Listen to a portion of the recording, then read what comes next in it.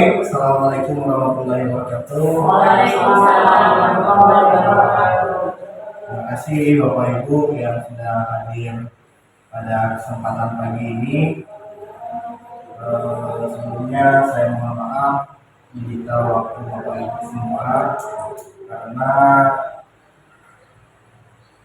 saya akan membagikan sedikit inspirasi saya mengenai budaya positif yang saya dapatkan dalam mengikuti program Guru Penggerak angkatan 11 Kabupaten Melawi. Next. Oke, salam Guru Penggerak. Kita kenalin Bapak Ibu. Semalusna calon Guru Penggerak asal dari Kabupaten Melawi, Kalimantan Barat. Next. Oke, sebelum kita mulai, alangkah baiknya kita senyum dulu Bapak Ibu 30 detik. Oke, apa yang Bapak Ibu rasakan ketika kita memulai dengan senyuman? Senang ya Bapak Ibu. Kemudian apa lagi Bapak Ibu? Nyaman. Jadi plong kan Bapak Ibu, ketika kita ingin memulai sesuatu, kita harus memulainya dengan senyuman. Dalam kata, nah inilah salah satu budaya positif yang ingin kita ciptakan di tempat di mana kita bekerja atau mengajar.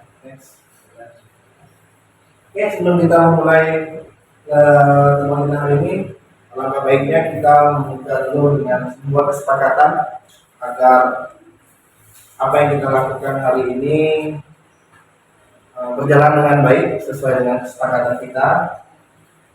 Ini pertama, kesepakatan kita menghargai siapapun yang berbicara. Ada lagi yang mau? Apa lagi yang kedua? Tepat waktu ya. Kemudian apa lagi, Bapak Ibu?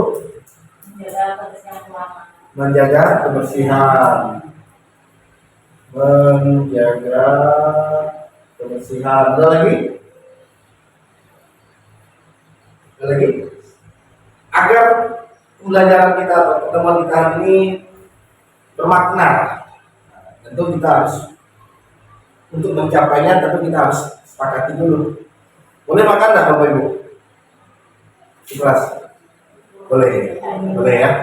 Kita forumnya terbuka saja, santai, kita boleh makan. Pak Kiong nanti bisa dibagikan Pak Kiong air minumnya Pak Kiong. Nah kemudian boleh minum silakan, tapi harus menjaga kebersihan. Itu beberapa kesepakatan yang kita dapatkan hari ini ya, Bapak Ibu. Kemudian next. Nah, seorang guru yang baik ya Bapak Ibu, dia harus memiliki kemampuan dalam mewujudkan budaya positif di sekolah. Kira-kira Bapak Ibu udah tahu belum apa itu budaya positif? Ada yang tahu? Ini yang tahu silakan angkat tangan. Budaya positif, oh ya, Bu Zaimah, silakan.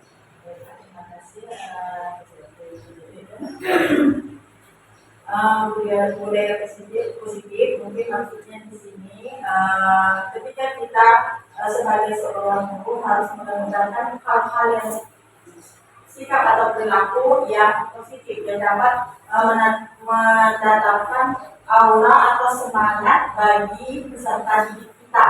Mungkin hanya itu yang bisa saya sampaikan. Terima kasih. Terima kasih. Kita kasih aplaus untuk Jadi kita santai aja ya Bapak Ibu, ya santai saja. Kita diskusi apa itu budaya positif, apa yang sudah saya dapatkan, kita bagikan. Nah, Bapak Ibu, pengalaman Bapak Ibu dalam mewujudkan budaya positif, nanti kita sama-sama berbagi. Nah, seorang guru itu harus memiliki budaya positif Bapak Ibu. Banyak sekali budaya positif yang harus dimiliki seorang guru. Untuk apa? Kata Bu Zainal mengatakan tadi, untuk membangkitkan semangat serta didik kita. Nah, itu lebih penting. Budaya positif tersebut dapat dijalankan Bapak Ibu apabila kita menerapkan konsep-konsep inti dalam budaya positif. Nah, jadi ada perbedaan antara budaya positif dengan disiplin positif. Itu ada perbedaan. Nanti kita coba bahas satu-satu.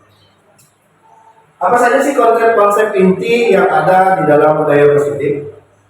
Yang pertama, yang pasti disiplin positif. Itu konsep intinya. Yang kedua adalah motivasi perilaku manusia. Yang ketiga, keyakinan sekolah atau keyakinan kelas. Yang keempat, kebutuhan dasar manusia. Yang kelima, posisi kontrol restitusi. Dan yang keenam adalah segitiga restitusi. Dari keenam ini, ada nggak yang pernah Bapak Ibu lakukan? Atau kedengaran baru? Ada nggak Bapak Ibu? Baik, terima kasih mohon izin untuk menyampaikan pendapat saya. Apa yang sudah pernah saya lakukan yaitu yang nomor 3, Pak, yaitu keyakinan sekolah atau keyakinan kelas. Jadi saya khususnya sudah membuat keyakinan kelas sebelum atau di awal tahun pembelajaran di kelas yang saya paling hasil. Oke, terima kasih Bapak Ibu. Tangan dulu Bapak Ibu. Ternyata nanti Bapak Ibu akan merasa sadar, oh ternyata kita pernah melakukan, tapi kita belum memahami. Coba kita coba satu-satu, apa sih maksudnya? Yang pertama adalah disiplin positif.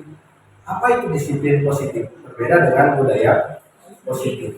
Ya. Tentu disiplin dan budaya itu beda. Kalau budaya dia lahir dari 5 konsep tadi. Tapi kalau disiplin lahir dari sesuatu hal yang baru yang ingin kita terapkan di sekolah kita. Coba kita lihat disiplin positif. Tadi kan disiplin positif merupakan suatu cara penerapan disiplin yang mengajarkan anak bertanggung jawab dan menumbuhkan kesadaran diri berdasar nilai-nilai kebajikan. Nah, perlu kita garis bawahi Bapak Ibu, di sini ada nilai-nilai kebajikan. Itu yang terpenting dalam kita menyampaikan atau menyusun disiplin positif. Disiplin positif ini bukan kita menyuruh anak, kamu harus tepat waktu. Tidak. Tapi lebih pada menyadarkan anak. Untuk apa? Untuk bertanggung jawab. Nah, jadi kita nanti kalau setelah kita menerapkan, kita tidak lagi teriak-teriak, oh tidak. Tetapi kita lebih kepada mengajak anak untuk dia bertanggung jawab pada dirinya sendiri. Nah, itu disiplin positif. Next, disiplin positif juga arahnya lebih pada mengontrol diri dalam melakukan segala tindakan. Jadi bukan kita yang mengontrol, bukan kita yang mengontrol siswa kita, tapi siswa yang mengontrol dirinya sendiri. Nah, maka itu disiplin itu nanti akan tercipta. Apa saja nilai-nilai yang menjadi bagikan, nah itu nanti akan kita bahas. Next. Nah ini, disiplin positif juga dapat membuat murid memahami dan menyadari, berdasarkan motivasi internal bukan akibat paksaan, ujian ataupun hukuman. Nah ini yang perlu kita munculkan. Jadi ketika anak melakukan sesuatu, itu harus muncul dari dirinya sendiri, atau biasa kita kenal dengan motivasi intrinsik atau motivasi internal, motivasi yang muncul dari dirinya sendiri, bukan motivasi yang muncul akibat adanya paksaan. Apa contoh motivasi akibat paksaan? Apa? Bu Ari? Dihukum. Apa lagi? Dihukum. Apa lagi? Paksaan. Kamu harus selesai ini ya. Itu adalah contoh salah satu motivasi ekstrinsik atau motivasi yang dari luar, ya, hukum. Ujian, nah ini Bapak Ibu perlu kita garis bawahi. Ujian yang kita berikan kepada siswa ternyata bisa merusak karakter siswa. Bisa terjadi siswa akan melakukan sesuatu akibat dari ujian kita. Bagaimana sih Pak? Agar ujian itu bisa kita laksanakan tanpa merusak karakter anak. Berikan pada semua siswanya pujian. Berikan pada semua siswa pujian. Agar apa? Agar siswa melakukan hal yang ingin dilakukan bukan karena dapat pujian lagi, tapi karena ingin menunjukkan bahwa dirinya itu punya motivasi untuk melakukan sesuatu. Oke, next. Nah ini yang bisa menjadi dasar kita dalam menyusun disiplin positif. Ya. Ketika kita ingin menyusun disiplin positif, kita harus paham dulu nilai-nilai kebajikannya. Nah, nilai-nilai kebajikannya apa? Bagaimana? Yang pertama ini profil pelajar Pancasila ada 6 karakter. Ada beriman, mandiri, berpendidikan global, gotong royong, kreatif, dan bernalar kritis. Kita ingin menciptakan yang mana? Dalam membuat atau menerapkan disiplin positif. Itu yang harus kita pahami dulu. Misal kita mau mewujudkan mandiri. Nah, apa nilai disiplin yang harus kita perbuat atau kita terapkan dalam menciptakan mandiri? Kemudian kita ingin menciptakan karakter gotong royong. Apa yang harus kita munculkan dalam disiplin positif yang ingin kita terapkan? Gimana Bapak Ibu? Sudah ada keterbukaannya? Sebelum saya lanjut, ada yang ingin ditanyakan? Bu Ellen, pernah menerapkan disiplin positif Bu Ellen? Pernah. Contohnya apa Bu Ellen? Ke arah yang mana Bu Ellen? Ke arah yang bergotong royong. Bergotong royong. Contohnya apa Bu Ellen? Jadi ketika ada misalnya ada salah satu temannya dia maju untuk mengerjakan soal. Ya. Tapi ternyata jawabannya belum tepat. Terus ada temannya yang membantu. Memperbaiki. Oke, luar biasa. Terima kasih Bu Ellen. Berarti secara tidak sadar ada 2 nilai kebajikan yang diciptakan. Gotong royong dan apa? Ketika dia membantu temannya untuk menjawab, berarti dia menyimak. Dia memahami. Apa yang muncul lagi berarti? Yang terakhir, bernalar kritis secara tidak sadar. Nah itu yang harus kita dorong pada peserta didik kita atau siswa-siswa kita. Hal-hal yang seperti itu. Jadi dia melakukan sesuatu bukan karena paksaan ataupun ujian, tapi karena adanya motivasi dari dirinya. Oh saya ini bisa, saya ini harus lakukan. Nah itulah yang dinamakan disiplin positif. Oke, next. Nah ini motivasi perilaku manusia. Untuk mencapai disiplin positif tadi, kita harus memahami tadi motivasi perilaku manusia. Kita melakukan sesuatu itu karena apa sih Bapak Ibu? Nah itu kan yang harus kita cermati dulu. Saya ini kan biasanya Pak Rismani datang ke awal terus karena pengen dipuji Pak Jidaan. Ya kan mereka juga datang awal terus biar dapat pujian dari Pak Joni misalnya. Nah itu contoh motivasi ya. Kemudian apa motivasi tersebut? Nah, coba ada yang bisa bantu jawaban membawa saya. Motivasi itu apa? Ada? Mungkin Berwin, motivasi itu apa Berwin? Apa Berwin motivasi? Motivasi lebih kayak dorongan kan Pak. Dorongan ya? Supaya kita berbuat yang lebih baik, ataupun bisa jadi sesuatu yang bisa membuat kita untuk lebih bersemangat lagi. Semangat. Berarti motivasi itu dari mana seharusnya muncul? Dari dalam diri kita masing-masing. Seharusnya dalam diri masing-masing. Oke, terima kasih Mbak Dewi. Pertanyaan Mbak Dewi. Coba kita lihat. Ada 3 motivasi perilaku manusia. Ya. Ada 3 motivasi perilaku manusia. Yang pertama, untuk menghindari ketidaknyamanan atau hukuman. Jadi kita melakukan sesuatu itu untuk menghindari ketidaknyamanan. Ya. Contoh peserta didik kita, dia datang telat karena dia takut nanti dihukum Pak Risma, disuruh dotong motor. Ada siswa yang berlaku seperti itu. Berarti itu perilaku yang pertama. Ya, menghindari ketidaknyamanan dan hukuman. Sama kayak kita zaman dulu kan, ketika datang terlambat pasti disinggung kawan. Ya kan? Nah itu adalah contoh motivasi kita. Kita ingin datang awal hanya karena takut disinggung, atau hanya takut ditegur, masuk hukuman. Ada nggak siswa kita yang seperti itu? Itu kan yang sering kita alami kan. Ketika motivasi itu yang ada pada dalam peserta didik kita, maka disiplin positif sulit untuk terlaksana. Motivasi yang pertama itu termasuk motivasi berasal dari mana? Dari luar atau ekstrinsik. Berarti motivasi yang muncul dari orang lain atau dari luar. Motivasi yang kedua untuk mendapatkan imbalan atau penghargaan dari orang lain. Ini motivasi yang kedua.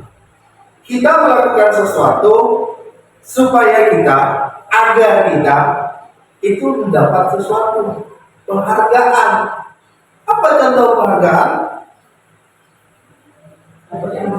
Ujian, apa lagi? Apa? Peringkat. Jadi dia mengejarnya itu hanya untuk mendapatkan itu.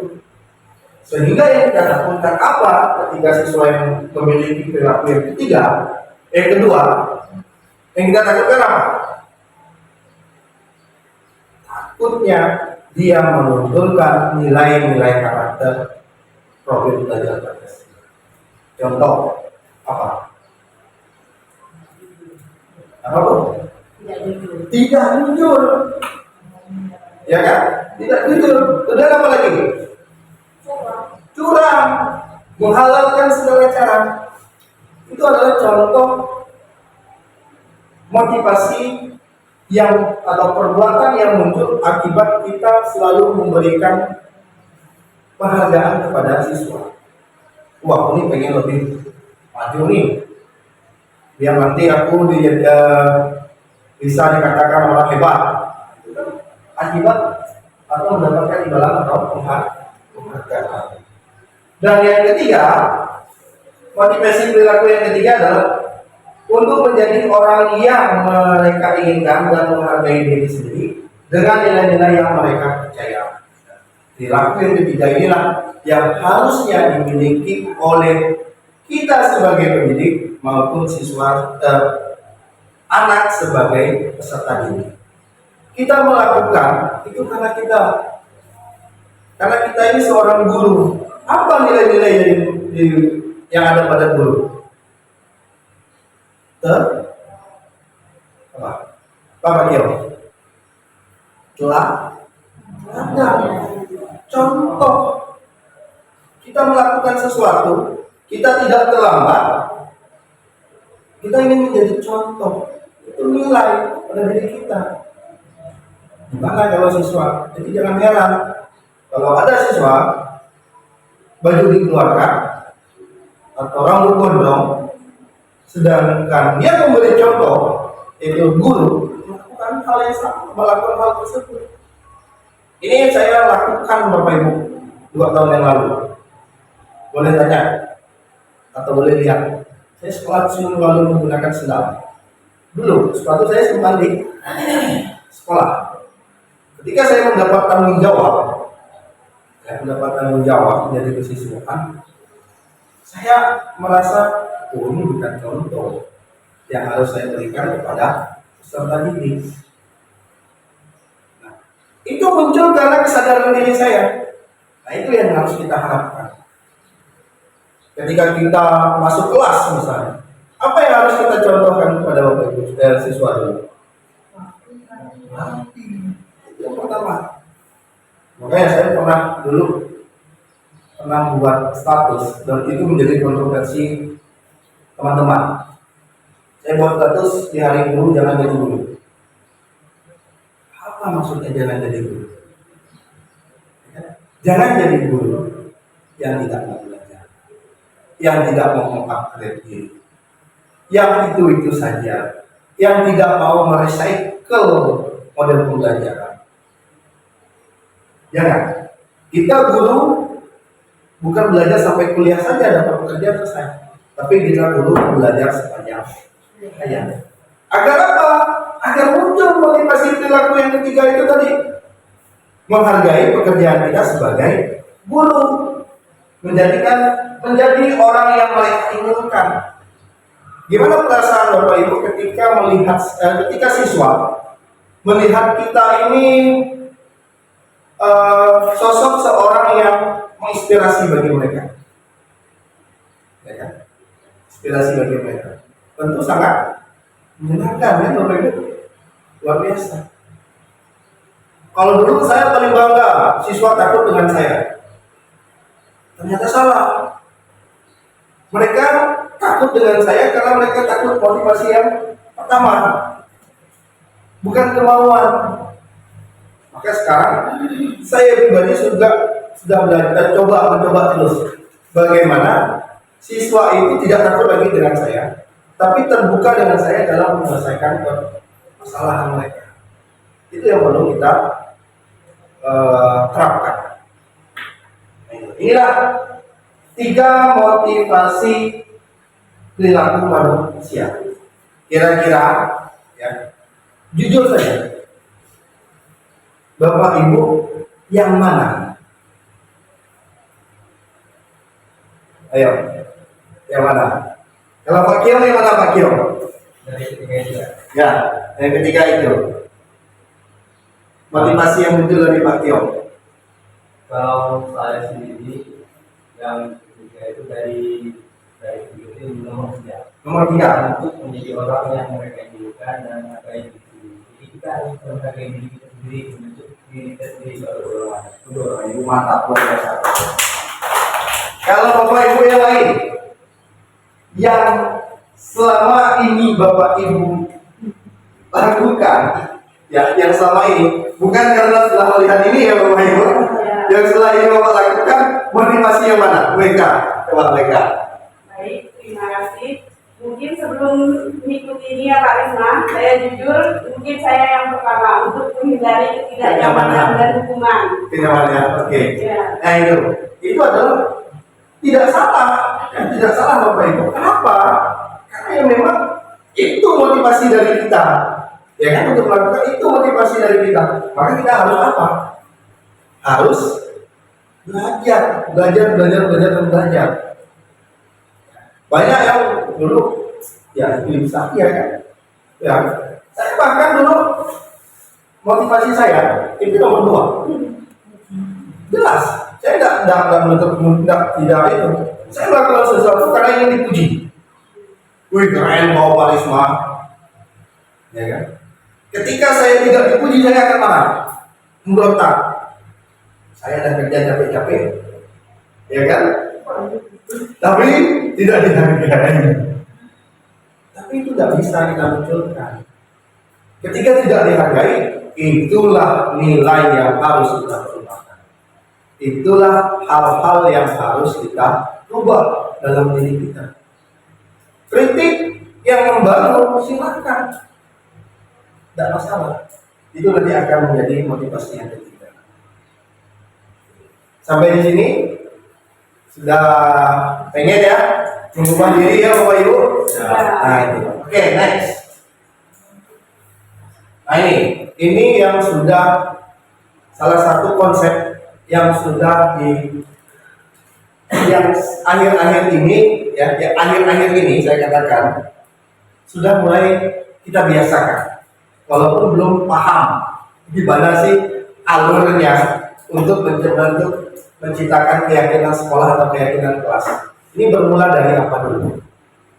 Nah ini mungkin Bu Ayu yang sudah menerapkannya mungkin bisa sedikit berbagi pengalaman bagaimana sih menerapkan atau membuat keyakinan sekolah atau keyakinan kelas. Terima kasih Pak atas waktunya. Oke, baik, untuk pembuatan keyakinan sekolah atau kelas ini yang saya lakukan membuat keyakinan kelas ya Pak. Ya. Karena keyakinan sekolah otomatis akan melibatkan semua guru di sekolah. Nah, yang paling dasar adalah pembuatan keyakinan kelas. Otomatis keyakinan kelas ini memang untuk merubah kebiasaan siswa. Ya. Jadi dibuatlah keyakinan kelas ini untuk menjadi lebih baik lagi berdasarkan dari siswa itu sendiri.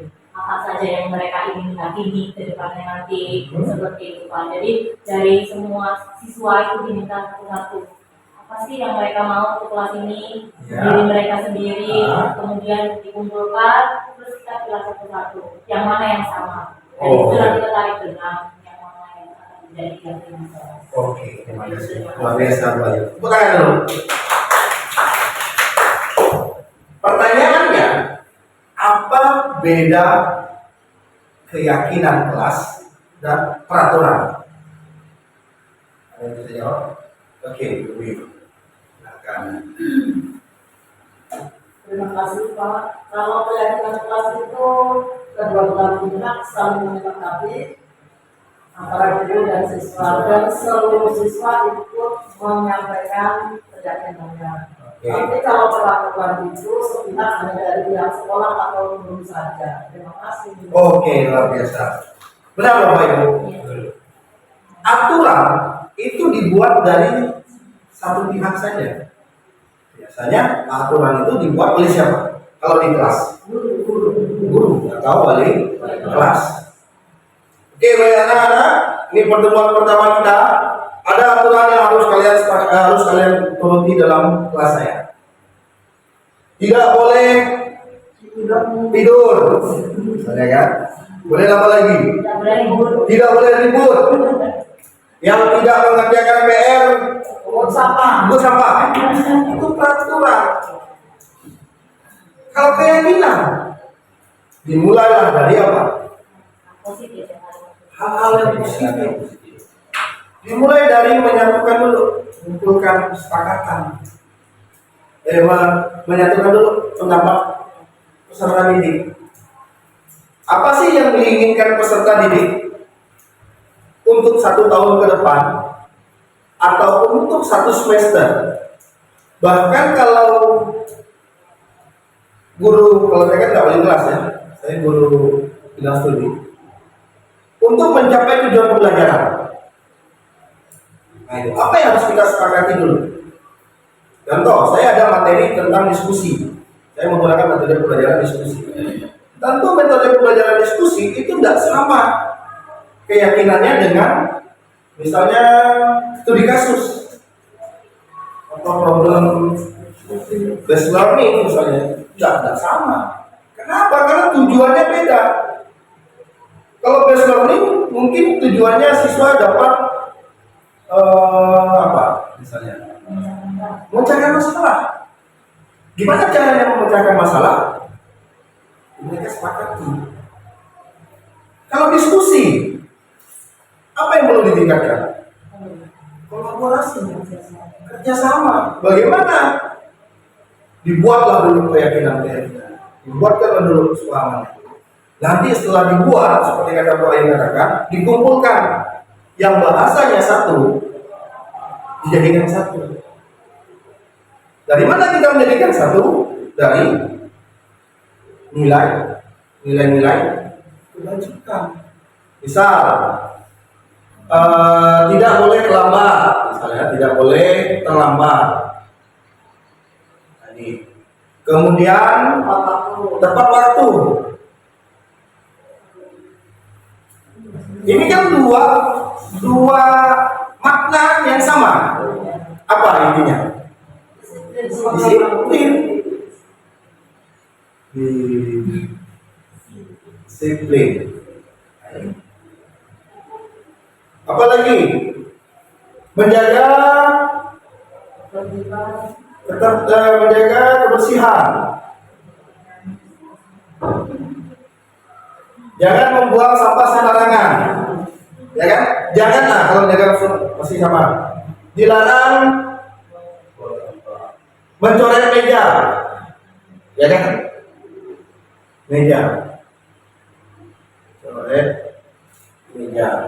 Ini kan dua hal yang sama. Apa nilai kebajikan yang ingin ditampilkan? Tentang kebersihan. Jadi dari ribuan atau 30 siswa tadi, 30 siswa membuat keyakinan, kita jadikan satu. Akhirnya dia akan mengerucut. Itu yang dinamakan keyakinan sekolah atau kelas. Next. Nah ini, gimana sih caranya? Guru berperan dalam mewujudkan terbentuknya keyakinan sekolah atau kelas dengan adanya kesepakatan antara guru dan murid. Tadi, setelah dibuat ini setuju tidak? Setuju pada siswa. Siswa tidak setuju silakan, karena ini adalah sebuah kesepakatan. Kalau masih ada perdebatan, cari solusinya. Siapa yang mencari solusi? Bersama. Kita bersama-sama. Ini yang dinamakan memunculkan tanggung jawab dari dalam diri sendiri. Nah ini. Next. Kemudian kayaknya setelah kelas juga berupa pernyataan-pernyataan universal, ya, masih bersifat umum yang mudah diingat dan dipahami dan harus diterapkan dalam lingkungan sekolah. Kalau ditulis dilarang mencoret meja, dilarang membuang sampah, itu kan nggak umum, khusus. Kita buatkanlah ke dalam pernyataan universal. Contohnya kebersihan. Kebersihan. Jadi anak ini mengingat, oh kebersihan ini bagiannya apa saja. Tidak boleh mencoret meja, apalagi buang sampah sembarangan. Jadi dia paham. Jadi tanggung jawabnya kebersihan itu sudah ada. Begitu juga disiplin. Tidak boleh terlambat, misalkan ada gitu kan. Kemudian ini sering saya temukan nih. Siswa tidak boleh terlambat. Siswa harus tepat waktu. Kemudian apa lagi? Padahal kan sama. Yang berbeda apa misalnya? Yang mengarah ke disiplin. Apa? Pengumpulan tugas. Tepat waktu pengumpulan tugas. Tepat waktu pengumpulan tugas. Tapi itu masuk ke disiplin. Tidak perlu kita tulis semuanya. Kalau kita tulis semuanya, itu tidak akan cukup. Ya kan? Menulisnya dan itu kertas manilanya apa boleh? Kurang, jadi ya kan? Sampai nyambung 5 halaman. Nah, makanya kita buat, kita rampingkan menjadi kata-kata yang universal, yang umum, yang mudah diingat oleh peserta didik. Next, nah ini contoh keyakinan kelas yang ada yang sering dibuat. Nah, itu yang sering dibuat saya katakan. Yang pertama apa? Ini keyakinan kelas. Ini ada 2 contoh keyakinan kelas. Nah, ini setiap anggota kelas perlu belajar, senang, melaksanakan tugas, saling menghargai dan merasa aman. Nah, itu kan kalimat-kalimat yang universal. Kemudian menjaga dan meletakkan barang sesuai dengan tempatnya. Berarti apa dia nilai kebajikan yang lebih mulia? Kebersihan. Menjaga dan meletakkan barang sesuai dengan tempatnya. Prinsipnya. Ayo apa? Kerapian bisa. Apa lagi? Keindahan bisa. Tanggung jawab. Kita yang menciptakan itu. Jadi dari menjaga ini muncullah nilai-nilai kebajikan tadi. Disiplin, rapi, ya. Kemudian ini disiplin. Ini saling peduli dan menghargai dan membantu sama lain. Nilai apa yang diciptakan? Empati. Apa lagi? Ada lagi apa? Apa boleh kah? Kasih sayang, toleransi, gotong royong. Nah, itu adalah nilai-nilai kebajikan yang ingin diciptakan. Nah, ini adalah contoh keyakinan sekolah atau keyakinan kelas. Next. Oke, sebelum kita lanjut, ada pertanyaan? Atau kita sambil minum-minum dulu Pak Gio. Silakan Pak Gio buka Pak Gio. Bisa ragu-ragu Pak Gio. Nah ini sambil makan permen Bapak Ibu. Biar santai-santai aja kita. Silakan buka Pak Gio. Silakan buka punya ya. Ya.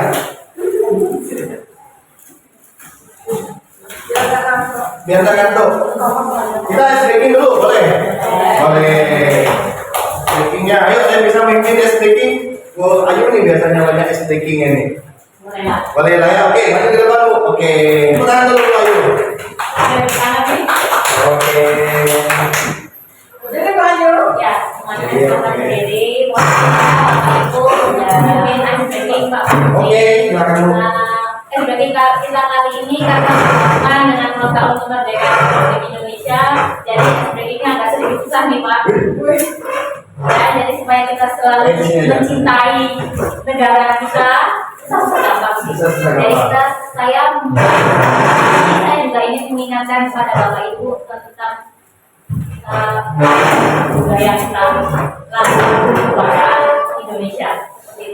Jadi nanti saya akan menyanyikan sebuah lagu, lalu nanti saya akan menunjuk bapak atau ibu guru di sini untuk menyambung lagu tersebut. Oke. Nah, jadi mau dengar lagu-lagu yang sudah kita pelajari Lama ini. seumur hidup kita ini sebelumnya. Baik, kasih Bapak Ibu. Kasih Bapak Ibu. Ya. Bapak Ibu, mohon izin ya, kita mulai dari lagu yang pertama. Ini lagu Indonesia kebangsaan, boleh juga lagu daerah. Baik, siap. Apa lambat pisang kubur masak bareng. Masak sebiji kembali lagi.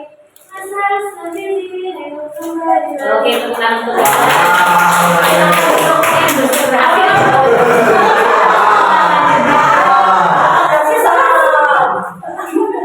Indonesia tanah air beta. Pusaka abadinya jaya, Indonesia sejak dulu kala dipuja. Sampai terima kasih banyak. Oh, iya. Berikutnya tanah airku tidak kulupakan. Baby. Berkenang sepanjang hidupku, biarpun saya pergi jauh, akan hilang. Terima kasih banyak. Terima kasih. Lalu satu bersama lima dengan Pak Risma. Oke. Terima kasih.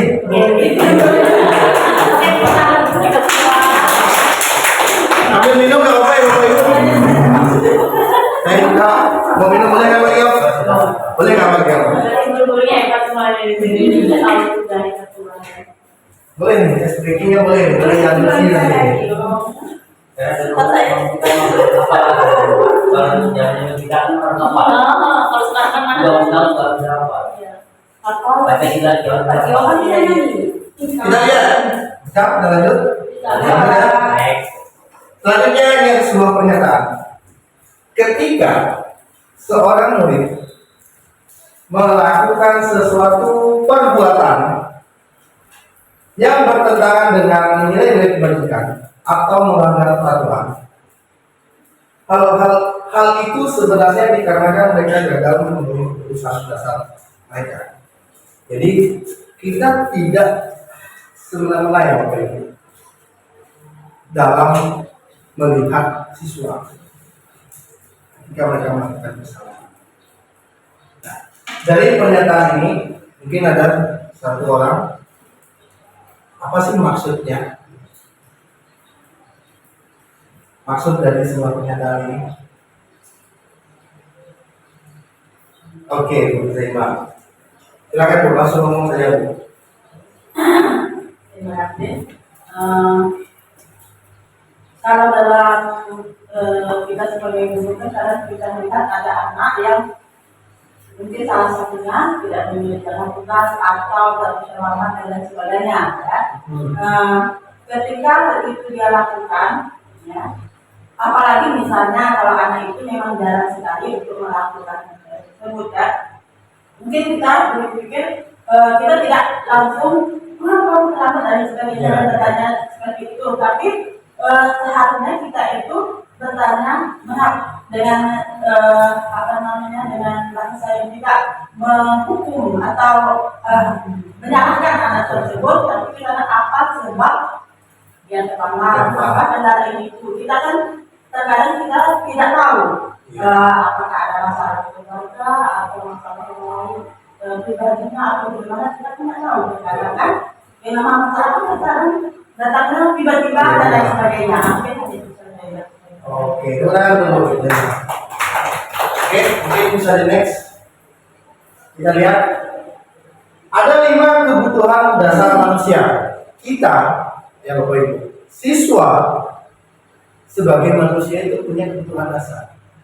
Yang pertama, ini kebutuhan dasar yang sangat-sangat semua orang itu perlu, yaitu kebutuhan dasar bertahan hidup. Contohnya apa? Makan, minum, apa lagi? Ya, makan, minum itu adalah contoh kebutuhan kita sebagai manusia. Ada yang mampu bertahan berdiri. Tidak usah jauh-jauh lah. Ketika kita ikut upacara, ketika siswa tidak mampu pingsan, kita identifikasi kenapa pingsan tadi belum sarapan. Ya kan? Oh, berarti kebutuhan yang pertama tidak dipenuhi dia, yaitu kebutuhan untuk bertahan hidup. Kebutuhan yang kedua, kasih sayang dan rasa ingin diterima. Siswa kita itu perlu kasih sayang, Bapak Ibu. Itu merupakan kebutuhan. Jangankan siswa, saya juga perlu kasih sayang. Dari siapa?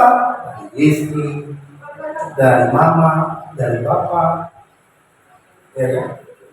Yang ketiga, penguasaan. Ini kebutuhan dasar yang ketiga, penguasaan. Maka jangan-jangan kalau ada siswa kita itu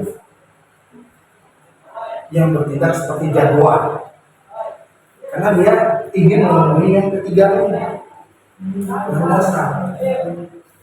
Dan jangan heran ketika di antara kita itu ada yang kemampuannya itu ingin dia tunjukkan terus-menerus. Dia punya kemampuan lebih, dia kemampuan di bidang PNL. Dia ingin menunjukkan ke guru-guru yang lain, aku bisa, saya bisa ini. Berarti dia itu ingin memenuhi kebutuhan dasarnya sebagai penguasa. Boleh kepala sekolah sebagai penguasa sekolah, tapi di sini saya penguasa PNL karena saya mau memiliki ilmunya, penguasaan. Kemudian kebebasan. Siswa tidak bisa kita berikan atau kita terapkan aturan-aturan. Mereka juga perlu kebebasan. Nah, inilah tadi cara menerapkan kebebasan yang tadi kepada siswa. Pada siswa tadi, yaitu dengan menempatkan kesepakatan kelas. Agar apa? Agar mereka bebas untuk menentukan bagaimana pembelajaran yang ingin mereka ciptakan atau mereka inginkan.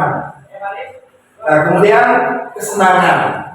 Nah, ini di usia siswa saat ini, kesenangan ini yang masih menjadi kebutuhan dasar yang ingin mereka penuhi. Kebutuhan dasar yaitu tentang kesenangan. Oke, lanjut. Saya ada kasus, ya, saya ada kasus. Ibu Ayu, kok yang kelas ada Ibu Ayu di sini? Ya, ada Ibu Ayu, wali kelas 10F, pas sekali ya, Ibu Ayu. Sedang bingung menghadapi ulah salah satu murid di kelasnya. Ya. Tommy, beberapa anak telah mengeluhkan Tommy. Ada nggak Tommy di kelas? Ada ya, ada. Yang seringkali meminta bekal makan siang, ya. Mereka dengan paksa. Kemudian Bekal makan siang. Jika Anda menghadapi situasi seperti Ibu Ayu, apa yang Anda akan lakukan menurut Anda kira-kira? Apa alasan Tommy melakukan hal itu? Ayo, ada yang tahu? Yang pertama, apa kebutuhan yang ingin dipenuhi oleh Tommy? Bertahan hidup. Yang kedua, apa boleh? Ini masa-masa di kelas itu. Apa? Ingin menjadi menunjukkannya dengan kuasa di kelas itu. menunjukkan yang punya kuasa. Ada lagi? Bertahan hidup, berkuasa. Apa lagi? Kasih sayang? Ada? Dia untuk perhatian juga. Untuk perhatian juga. Sekarang Pak Tio mengatakan bertahan hidup. Alasannya apa, Pak? Karena dia berhubungan dengan makanan. Makanan, dia minta ya. Dia minta makanan, berarti dia membutuhkannya. Membutuhkannya. Walaupun dengan cara Pasar. Oke, kalau Berwi tadi apa tadi? Penguasaan. Apa kata-kata yang muncul di situ? Dia memaksa teman-temannya kan. Memaksa teman-temannya. Jadi seolah dia tuh saya berkuasa, jadi saya bisa minta apa? Minta apa? Oke, luar biasa. Ada lagi Bu Ayu, apa lagi Bu Ayu? Kemungkinan dia melihat teman-temannya bawa bekal, mungkin orang tuanya peduli sama dia, tapi yang dia sendiri kurang kasih sayang, jadi dia iri, jadi Oh iya, betul. Coba kita next. Apa saja yang ada? Yang pertama, karena dia lapar, pasti kan dia minta makanan ke teman-temannya, ya kan? Dan orang tuanya tidak membawakan bekal makan siang, maka dia minta. Maka kebutuhan dasar yang pertama jelas, seperti Pak Tio katakan tadi adalah bertahan hidup. Alasan yang kedua, karena dia merasa senang temannya jadi memperhatikan dia. Oh ternyata dengan kawannya melaporkan, dia senang. Berarti apa itu? Dia memerlukan apa?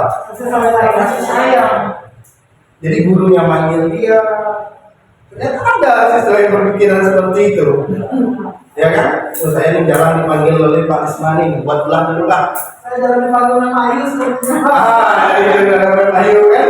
Jadi ini membuat kesalahan. Ada lagi? Coba next. Nah ini tadi seperti kata Bu Ewi, penguasaan, kekuasaan. Dengan hal yang membuat seperti itu, jadi teman-temannya itu merasa takut.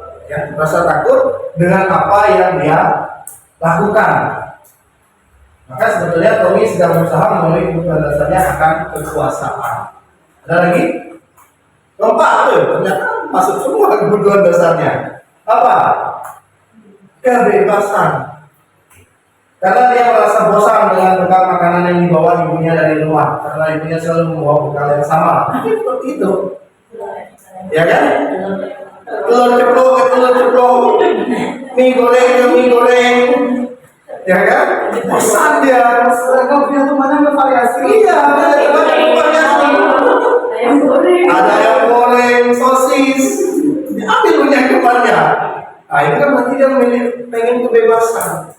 Dia tidak mau menunya itu saja. Nah seperti itulah hal-hal yang kita sering kita temukan di masyarakat atau di siswa. Oh masih ada. Ternyata 5 kebutuhan dasar itu masuk semua dengan Tommy.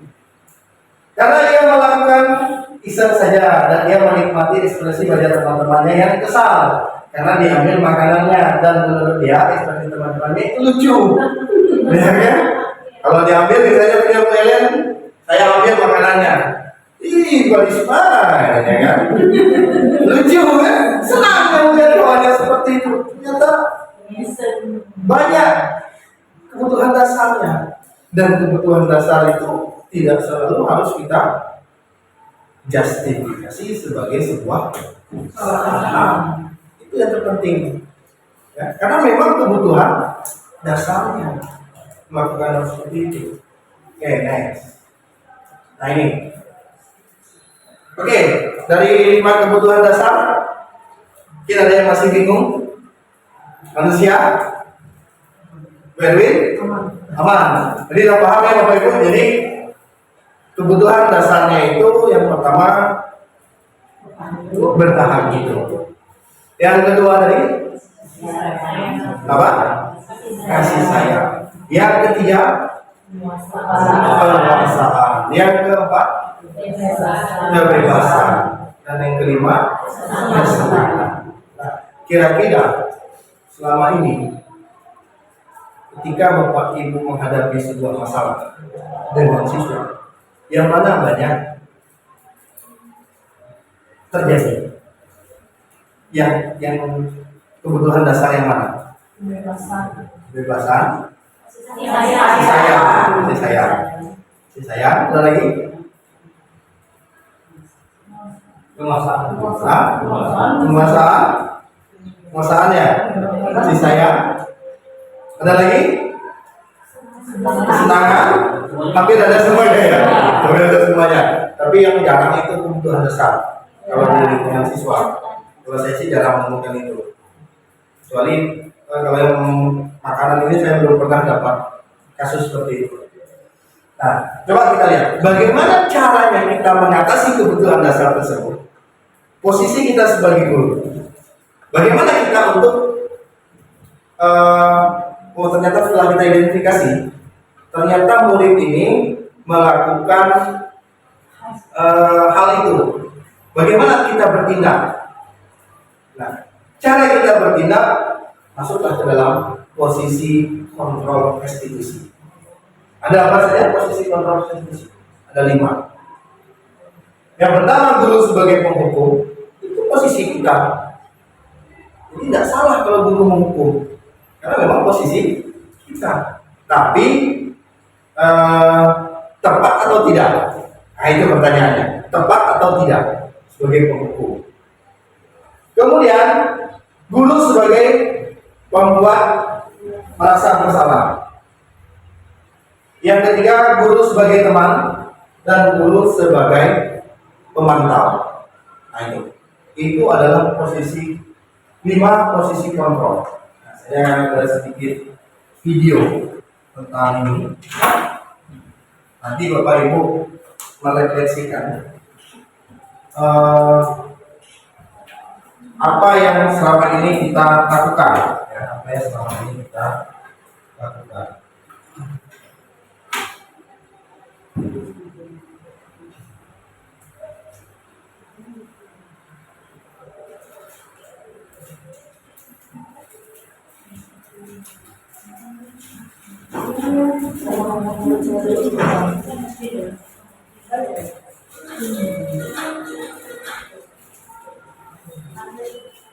Salam bahagia ibu dan bapak guru yang baru.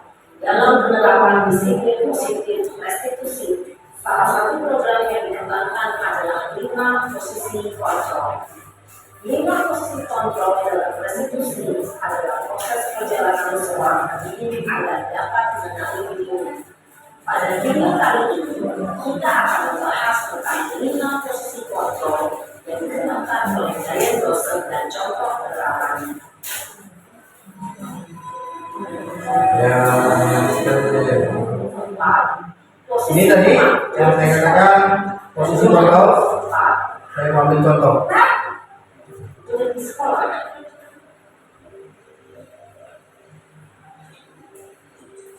Nah, ini.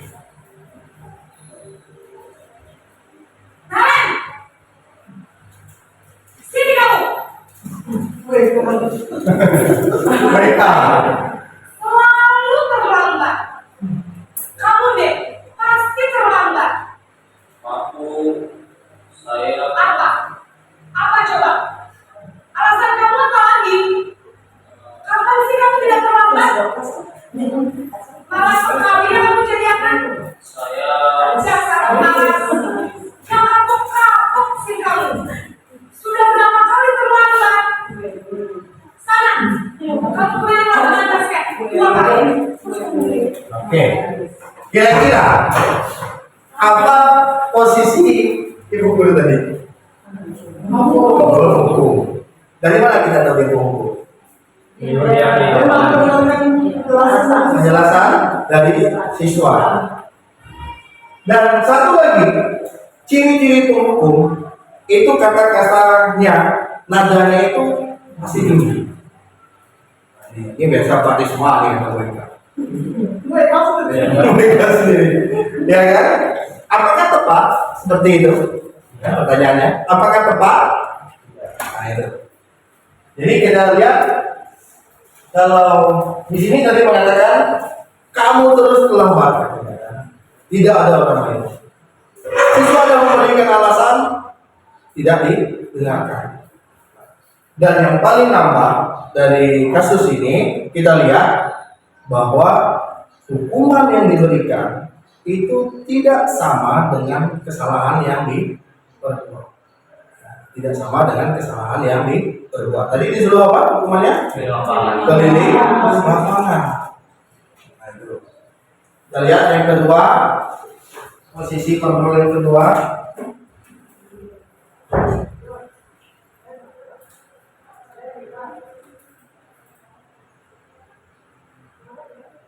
Ini dampaknya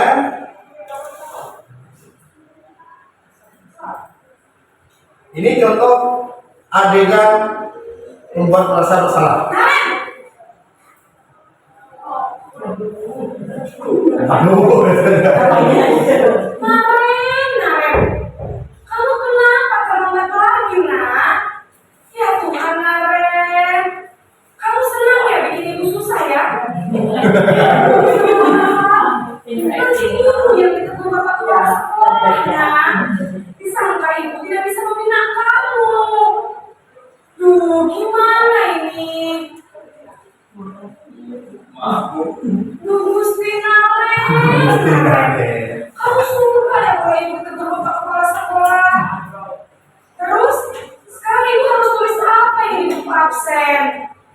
Ini kamu sudah sering terlambat loh. Ibu harus apa coba? Maaf, Bu. Maaf sekali. Ya sudah, lain kali jangan bikin ibu susah lagi ya nak ya. Ibu tidak akan kuat lagi kalau kamu gini terus.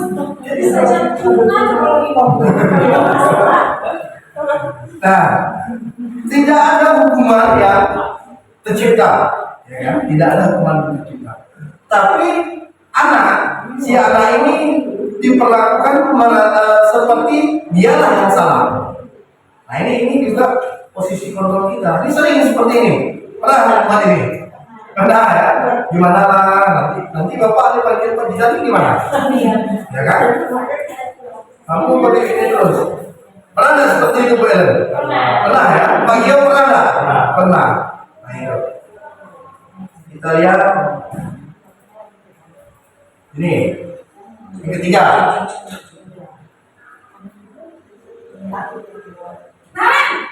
Nah, yang mana yang bisa?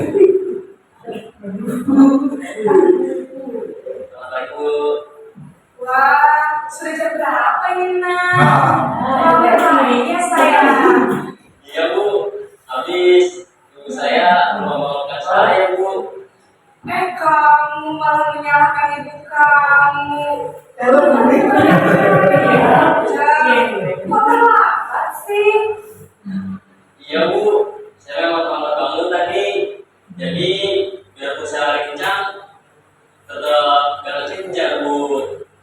Ya sudah sana. Nanti lain kali larinya lebih kenceng lagi ya. Biar gak terlambat lagi. Bikin seneng ibu. Demi ibu. Bisa kan? Bisa, Bu. Jelasan di sekolah. Ibu beresin urusan absenan. Kamu ini ada-ada saja. Oke. Jadi dia dibuat seperti apa? Hukuman. Ditanya. Ya seperti ketika siswa berhadapan dengan temannya. Ini lagi, ada lagi.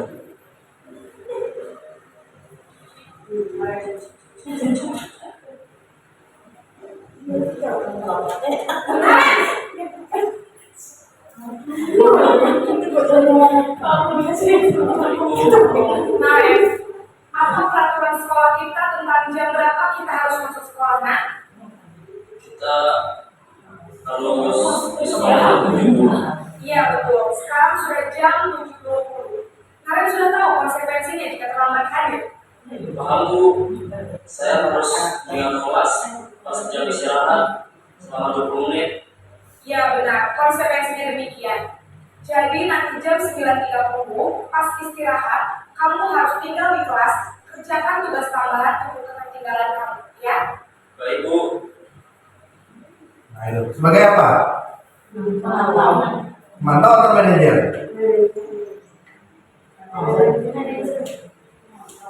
Mantau atau manajer? Jadi fungsi guru sebagai pemantau ini lebih kepada supaya siswa menegakkan aturan. Tadi kan sudah dikatakan, ditanyakan jam berapa jadwal masuk sekolah, ya kan?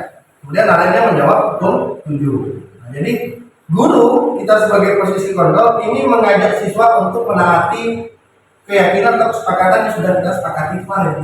Ya kan? Apa kesepakatannya? Jika terlambat 20 menit, maka dia akan tinggal di kelas selama 20 menit.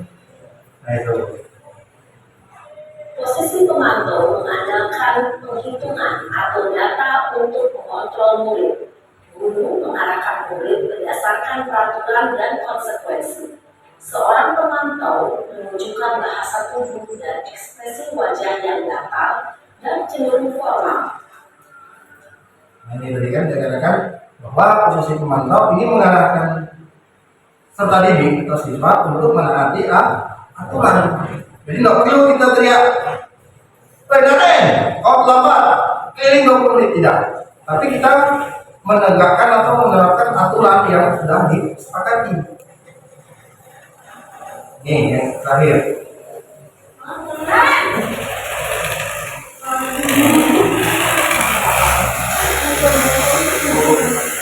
Selamat pagi, Karen.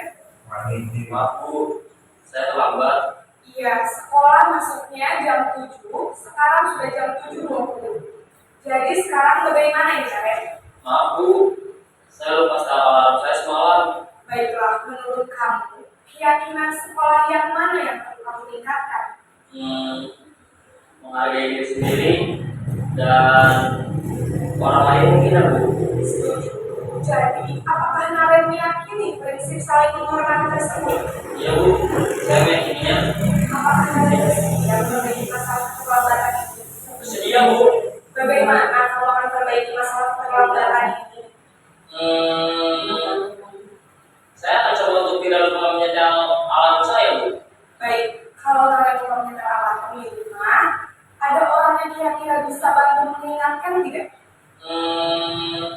Ada Bu, kakak saya, Kak Emma. Ada lagi selain Kak Emma? Selain Kak Emma, ada ibu saya. Baik, jadi yang mengingatkan Naren adalah Kak Emma dan ibu kamu ya? Kira-kira akan mulai start alarm kapan nih, Naren? Setelah pulang sekolah, akan segera saya lakukan. Baik, jadi Naren akan setel alarm untuk bangun besok pagi dan akan diingatkan oleh kakak dan ibu dan Naren ya. Ada lagi yang mungkin perlu dilakukan, Naren, agar tidak terlambat bangun lagi. Tidak ada Bu. Baik, Naren, terima kasih untuk kerjasama kamu. Sekarang kamu perlu kembali ke kelas untuk belajar. Baik Bu, terima kasih.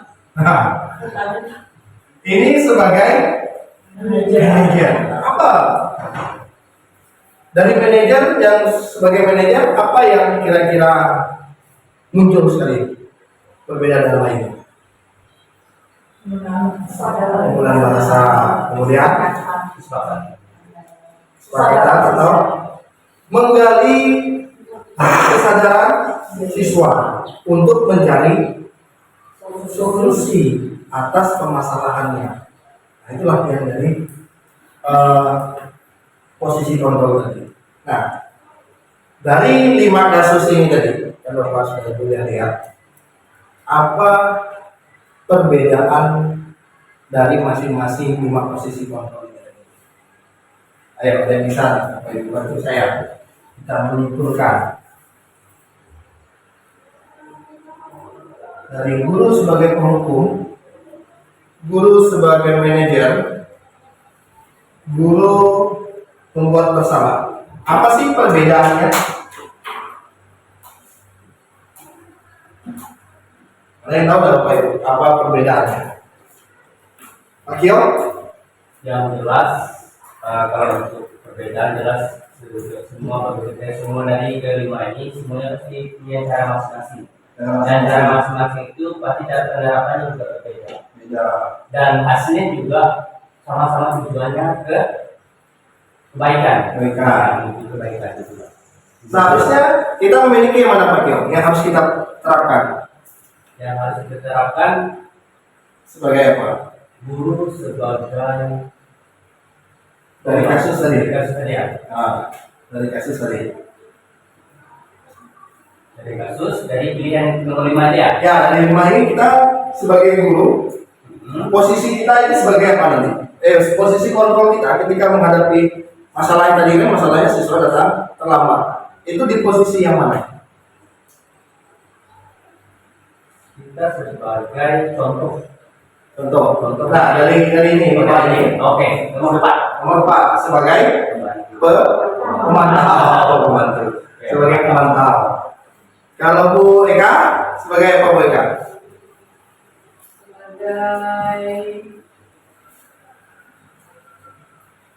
pemantau juga Pak. Pemantau. Ada yang lain? Atau saya buat pertanyaan seperti ini.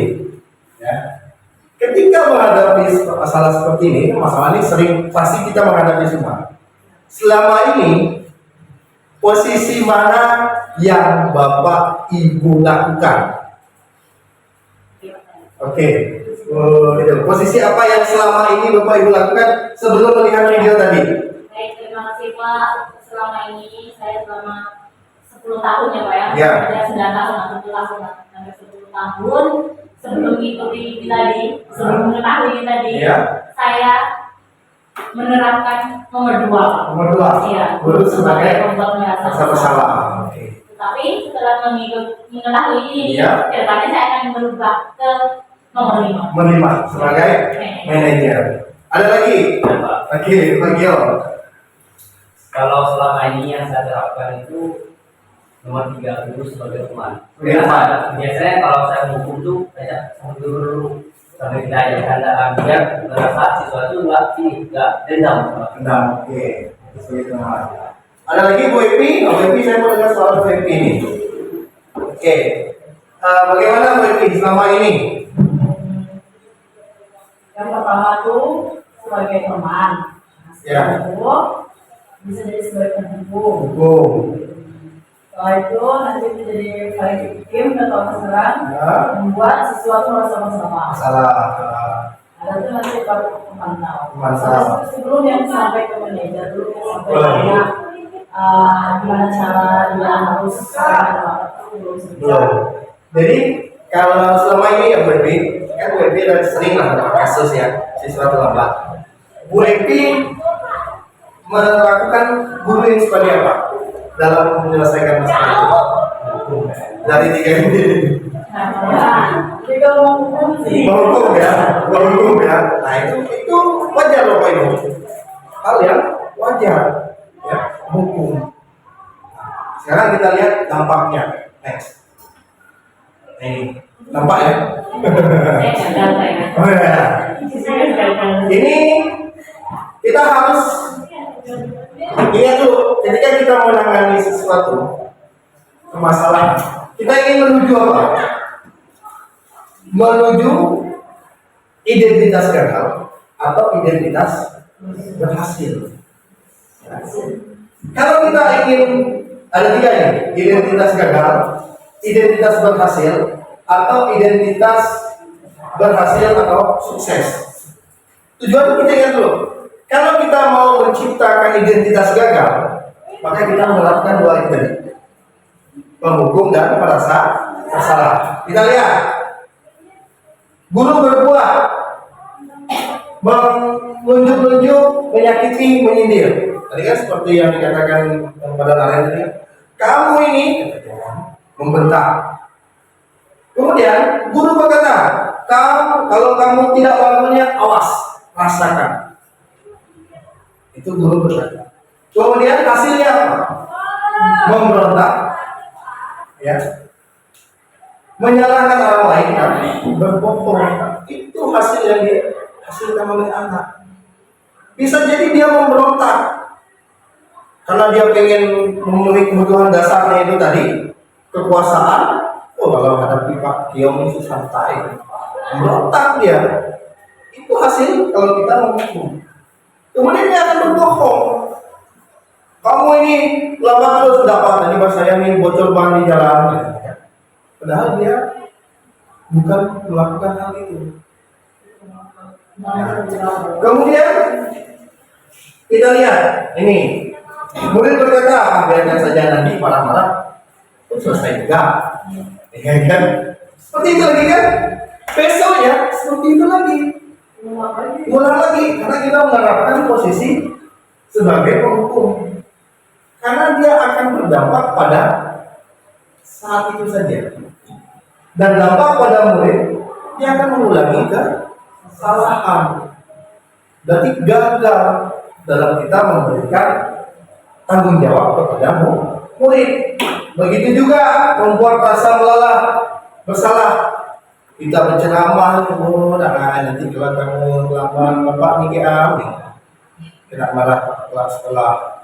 Kan bapak yang Kan bapak ini marah, kan bukan saya. Nah, saja. Nanti apa? Murid berkata, oh, ternyata dulu itu lemah juga ya, memaafkan saya katanya. Hasilnya bagaimana? Menyembunyikan dan menyangka berbohong juga. Kemudian merasa rendah diri. Dia semakin dibuat kayak gitu kan, oh nanti pun paling ibu tuh buat kasihan lagi, tidak ada kesadaran diri. Kalau kita mau lanjut kepada identitas berhasil, tapi ini kontrol dari luar, nah itu bedanya tadi. Identitas gagal, kontrolnya dari luar. Identitas berhasil, kontrol dari luar. Sebagai teman, seperti yang kata Pak Kio katakan tadi, atau sebagai pemantau. Hasilnya, ketergantungan. Teman itu nanti dia akan tergantung, tapi berhasil. Ketika tidak ada yang menasehati dia lagi tadi, dia akan berulang lagi. Begitu juga mantap, dia akan melakukan apabila dia diawasi. Berhasil, tapi ketika dia diawasi, maka dia diadakan kontrol dari luar.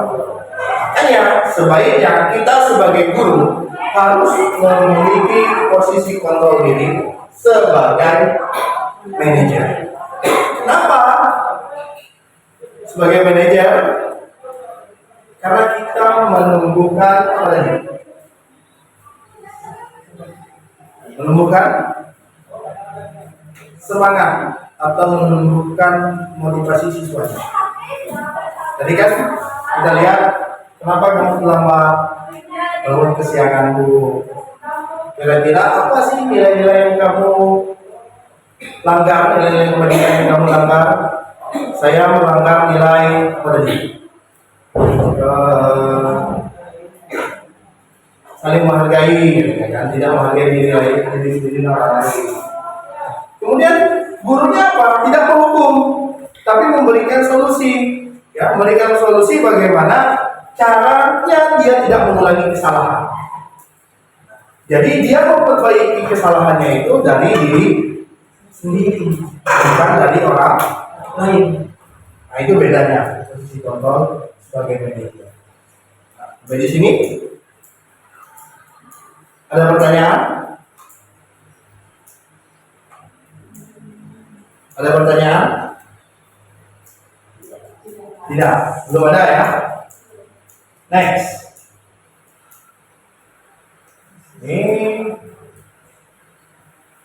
Jadi dari kelima posisi kontrol tersebut sebaiknya seorang guru menggunakan posisi kontrol sebagai manajer. Kenapa? Karena mencari solusi bersama-sama. Kemudian, next.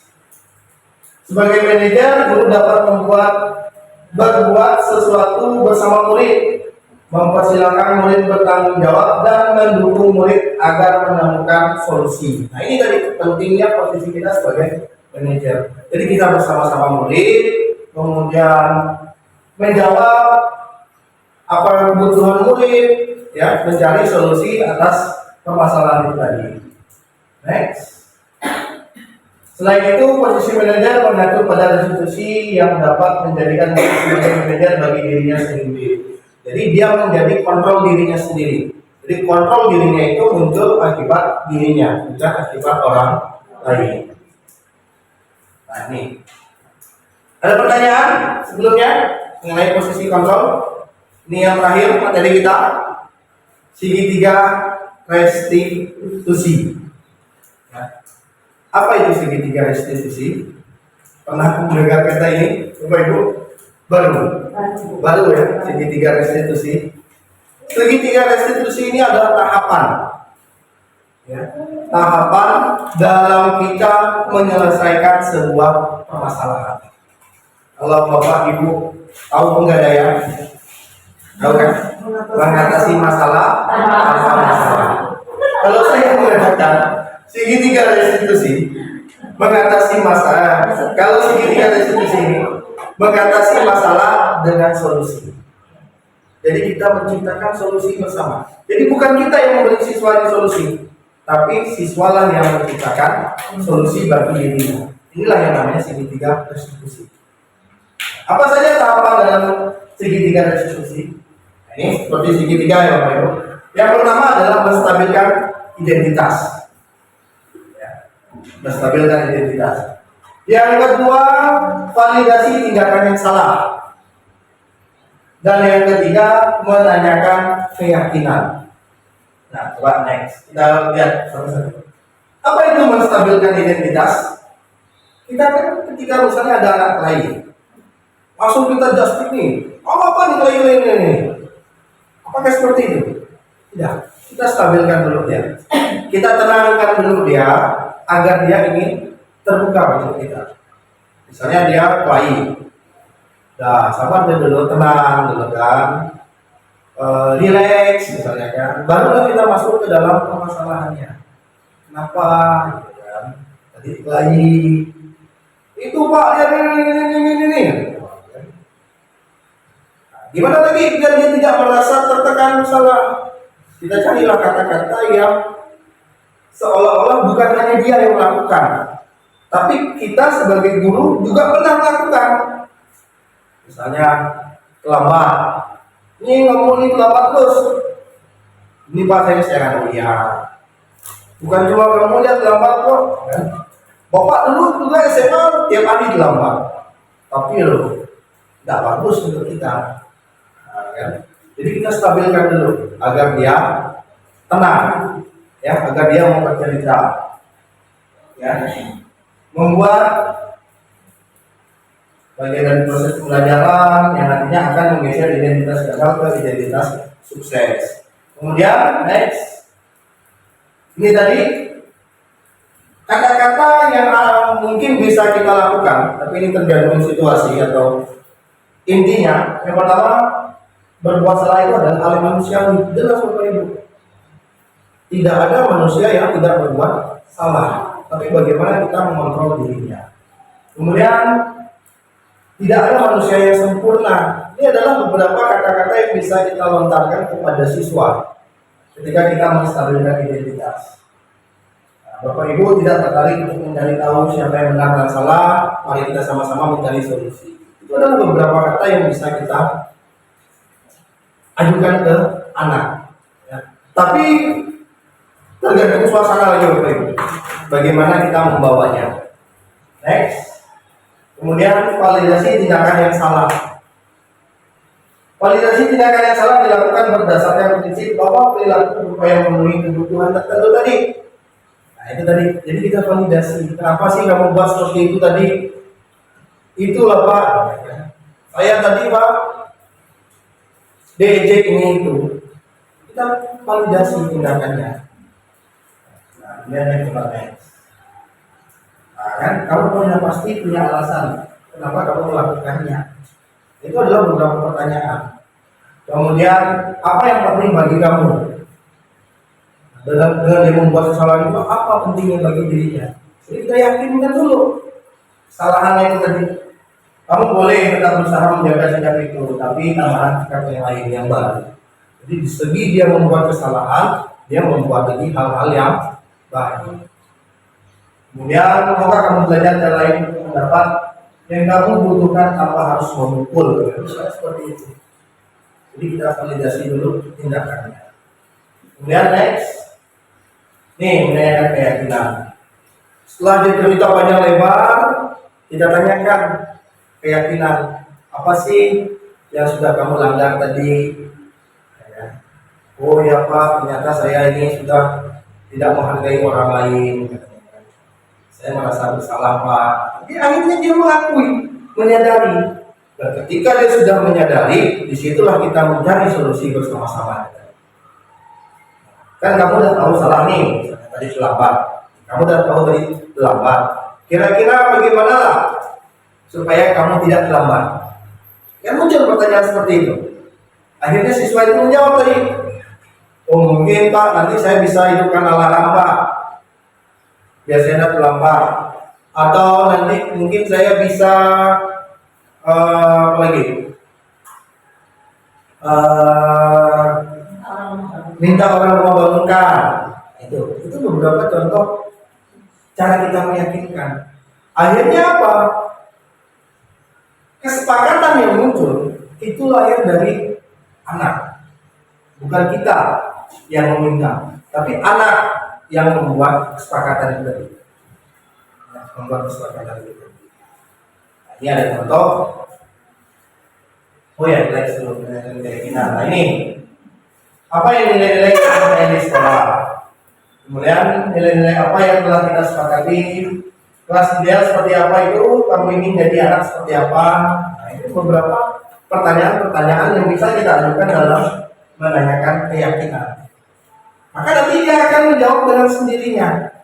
Dan itulah yang menjadi solusi kita dalam menyelesaikan sebuah masalah tanpa menimbulkan sebuah masalah. Jadi kita menyelesaikan masalah tanpa menimbulkan sebuah masalah. Loh. Ini saya ada contoh salah satu penanganan masalah menggunakan segitiga restitusi.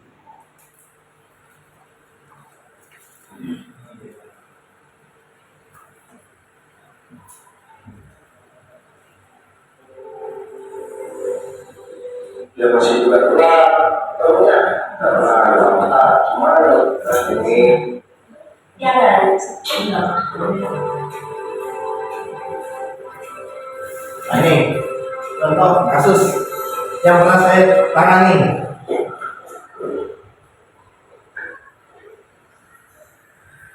Bapak, saya telah manusia. sini juga tahu Ini karena posisi saya di kesiswaan ya Bapak Ibu. Ya, Pak. Ini real, ini kasusnya real, tidak saya skenario. Ini real kasusnya. Coba saya rekam. Siapa namamu? Berita. Berita berapa? 12 orang. Ini kasusnya. 12. Kenapa kamu terlambat? Siapa? Sana. Cerita. Kalau dilihat dari catatan ini, udah lebih dari 3 kali kamu terlambat nih. Nanti habis ini kamu ketemu dengan Pak Risma ya? Iya, aku ketemu Pak Risma sekarang. Oke. Ini dulu pikirnya. ya masuk denda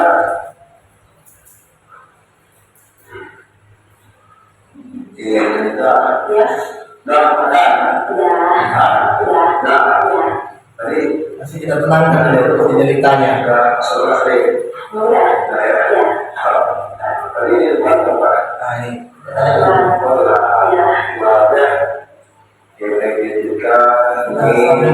Identitasnya. Pemasi tak masuk kelas kamu ya? Ma, ini dari catatan buku pikir, tampaknya cerita ini sejumlah berapa ya? Tiap hari ya? Dua, Pak. Tahun berarti. 12 Jadi dia kan masih mau jangkal-jangkal kan? Iya, iya Pak. Dari sebenarnya sih nggak masalah sih. Ini kata-kata yang harus muncul ketika kita menstabilkan. Jadi kita tidak merasa siswa itu saja yang melakukan. Seolah-olah kita juga pernah melakukan hal yang sama. Akhirnya ya, karena apalagi yang bilang tadi baru kelas 12 sering kayak gini berarti nggak ada permasalahan kenapa sampai bisa keluar terus gitu kan. Nah itu nanti pembelajarannya ya bermasalah. Nah, apalagi sampai nggak disuruh masuk kelas kan. Karena dia masuk kelas. Karena berarti karena guru yang paham ya. Nah, berarti itu ada percepatan dan masih juga karena ini menurut ketua nah itu harus datang ke orang tua. Nah, itu Main lama deh, mungkin. selama ini apa konsekuensi yang kamu jalani kalau belum ada ini?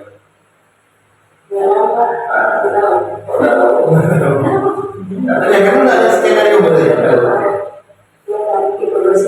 Mungkin kalau ya sesuai dengan Kesepakatannya. apa lagi yang kamu lakukan? Dari depan itu apa? Permohonan. Itu kan kesian kamu udah motor terus sampai ke parkiran setiap hari. Ini ya hampir tiap hari tuh bampaknya. Nah itu itu. Kemudian ada nggak kamu minta maaf sama guru yang wali kelasmu terkait kelakuanmu ini? Belum ada. Nah itu harus kamu minta maaf. Nah dia akan mempengaruhi itu.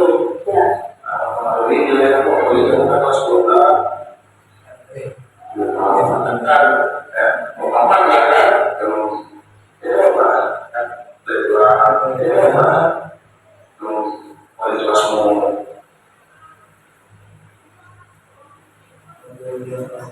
Ini satu lagi. Silakan mau ya? Ya. Masih ini saja. Nanti silakan mau ya? Ya. Pakai sendal ya, pakai sendal.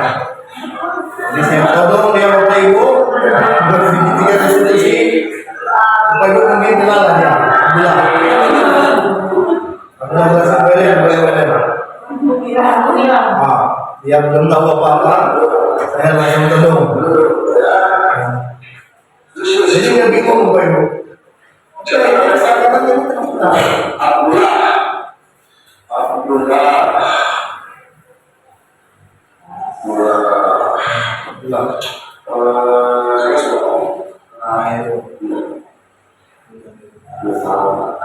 Itu adalah contoh beberapa kasus yang Bapak Ibu ya, beberapa kasus yang saya tangani melalui segitiga restitusi. Ada pertanyaan Bapak Ibu? Ada dari saya.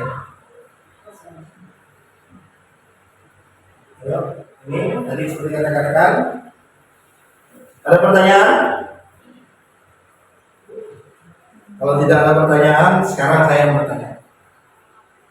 Bolehkah kita tetap menerapkan hukuman? Boleh. Dalam budaya positif. Boleh? Kenapa? Ayo berdua. Kenapa tetap boleh? Kita tetap boleh menerapkan hukuman, tetapi kita harus berjenjang. Ya. Jadi dari awal kita step by step. Jika step pertama kita tidak mempan, kemudian kedua dan selanjutnya, hukuman itu hasil yang paling terakhir itu pun harus sesuai dengan kesepakatan sekolah. Terima kasih. Ada lagi Pak Gio? Oh, ayo.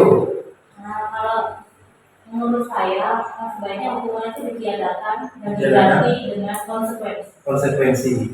Oke, ada lagi Pak Gio? Boleh tadi kata Pak Gio? Boleh, asalkan melihat tadi anak sendiri kita harus mendengarkan dulu apa alasan dia melakukan soal itu. Nah, hukuman itu juga kita harus melihat dulu dampak baik buruknya bagi dia. Nah, artinya apa? Artinya kita menghukum anak itu harus melihat dulu oh ini dampaknya nantinya buruk bagi dia, jangan kita lakukan hukuman itu. Carilah hukuman itu yang menurut kita membuat dia diraja dan merasa bertanggung jawab atas apa yang dilakukan. Terima kasih. Kurang untuk Ibu ketiga. Jadi Bapak Ibu, ya, bolehkah kita menerapkan hukuman? Ganti bahasanya. Seperti kata dua yang dikatakan, konsekuensi. Kita tetap bisa melaksanakan konsekuensi. Konsekuensi itu didapat dari mana? Dari sini tadi. Ya, sepakatan kelas. Kan kelas sudah sepakat. Sepakatan kelas, sepakatan sekolah sudah sepakat. Nih, kalau kita datang terlambat, apa konsekuensinya? Misalnya konsekuensinya terlambat 20 menit, harus tinggal di kelas selama 20 menit untuk menyelesaikan pelajaran. Itu konsekuensinya. Cari konsekuensi itu yang apa namanya? Mendidik dan selaras dengan apa yang kita ajarkan. Misal, siswa terlambat pelajaran olahraga, kita suruh dia keliling 10 kali lapangan. Konsekuensinya boleh tidak? Boleh. Boleh. Karena kalau sudah masuk ke dalam kesepakatan dan konsekuensinya seperti itu, tetap boleh Bapak Ibu. Ya. Jadi ketika kita mau menghukum, kita lihat dulu konsekuensi yang pernah kita buat dengan mereka. Itu pentingnya. Kayak kita yang mendorong motor, boleh tidak? Boleh. Boleh. Karena itu sudah disosialisasikan, sudah disetujui dan disepakati oleh orang tua siswa. Jadi tetap boleh. Dengan jarak tertentu itu tadi, jaraknya kan hanya dari depan kantor ke parkiran. Tetap boleh Bapak Ibu. Yang tidak boleh itu, jika dia salah, kita hukum dia seolah-olah dia itu memang merasa bersalah dan tidak ada dalam konsekuensi. Misal, siswa jalan nih, jam pelajaran dia jalan di depan teras. Weh kau Haris, sini, diri kau tiang bendera. Itu tidak boleh. Dia menghukum, dia tidak boleh. Menghukum itu tidak boleh, seperti itu tidak boleh. Karena apa? Karena itu tidak ada di dalam kesepakatan dan konsekuensi. Nah, siswa juga nanti akan merasa malu dan mengurangi motivasinya. Oke, kalau tidak ada, mungkin ini dari saya. Kurangnya lebihnya saya mohon maaf. Semoga dapat menginspirasi Bapak Ibu. Mungkin sebelum kita mengakhiri, saya mau satu orang atau dua orang. Gimana sih kesannya, before afternya mengenal disiplin positif ini tadi? Ini ada yang mau berbicara? Bu Ayu, boleh ya? Oke, Ayu silakan Bu Ayu. Baik, terima kasih banyak Bapak Risma atas apa yang sudah disampaikan hari ini. Sungguh sangat luar biasa sekali pengibasan budaya positif hari ini. Jadi kita mempelajari tentang budaya positif, disiplin positif saya maksud, yang benar-benar merubah mindset kami. Yang sebelumnya sebagai guru kita tidak melakukan hal tersebut. Otomatis setelah mendapatkan pengetahuan ini, kita akan berpikir kembali apa sudah benar selama ini kita, dan nantinya akan kita terapkan ke depannya. Terima kasih Pak Ayu. Ada lagi Bapak Ibu yang mau? Pak Kio mewakili Bapak-Bapak. Before after setelah mendapatkan materi hari ini, apa yang akan Bapak lakukan lah? Oke, terima kasih Pak Risma atas penerapan. Mungkin ini bisa diterapkan nanti ke depannya, bagaimana cara melakukan hal itu, misalnya melakukan yang tidak merugikan siswa dan juga menguntungkan sama-sama saling menguntungkan. Artinya adalah kami nanti belajar bagaimana berbalik antara guru dengan siswa supaya ke depannya bisa berjalan sesuai dengan harapan kita. Itu yang bisa saya sampaikan. Terima kasih. Oke, terima kasih Bapak Ibu semua, sangat luar biasa ya apresiasi dari Bapak Ibu. Mungkin ini saja yang bisa saya sampai nanti Bapak Ibu, semoga di lain waktu kita bisa menjadi guru yang tetap berpihak pada Amin. kurang lebihnya saya mohon maaf. Semoga dapat mengikuti inspirasi. Akhir kata, semoga Bapak Ibu tergerak, lekas menggerak, dan mari kita bergerak. Terima kasih.